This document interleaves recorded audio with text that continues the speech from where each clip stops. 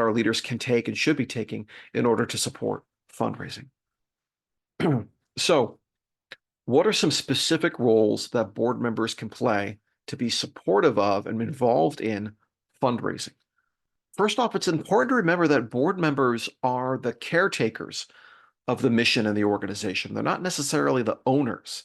They want to be looking at and positioning themselves as stewards of this mission. And if you're the caretaker of something or you're the steward of something, that's different than being the owner of it. And boards that hold on too tightly to operational details or fundraising details tend to really struggle with fundraising. So they need to make sure that the mission of the organization, the financial stability and health of the organization is being upheld, but that doesn't mean they get into the weeds on every kind of nook and cranny of fundraising decisions. Again, as a board member, you're a steward of the organization, and ideally, you should be viewing the history of your organization as a good teacher, not necessarily a ruler. In other words, just because it works doesn't mean it will work again. And just because we've always done it a certain way doesn't mean we need to continue to do it a certain way. Now, board members are also donors. I firmly believe that every board member, and frankly, every member of the leadership team, but every board member in particular, needs to be a donor to the organization.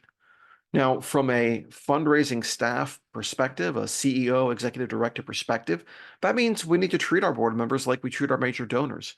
We need to cultivate their giving. We need to work with them. We need to make sure that they feel engaged and excited about their giving. From a board member's perspective, you need to be giving a charitable gift, a personal charitable gift to your organization. Why is that? Because of the restaurant and the cook. I wouldn't eat at a restaurant if the cook at that restaurant would say, "Ooh, I don't eat there." Why would you go to that restaurant? The people who know the organization best, the board members, the people who are presumably the most invested and involved and engaged in the organization, if they won't give, why should anybody else give? So if you've got a board of directors and none of those board members give, it might be time to interrogate why that is. Is there a flaw in the organization that they're seeing that you're not reacting to?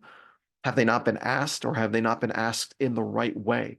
These are all questions you really want to kind of dig into.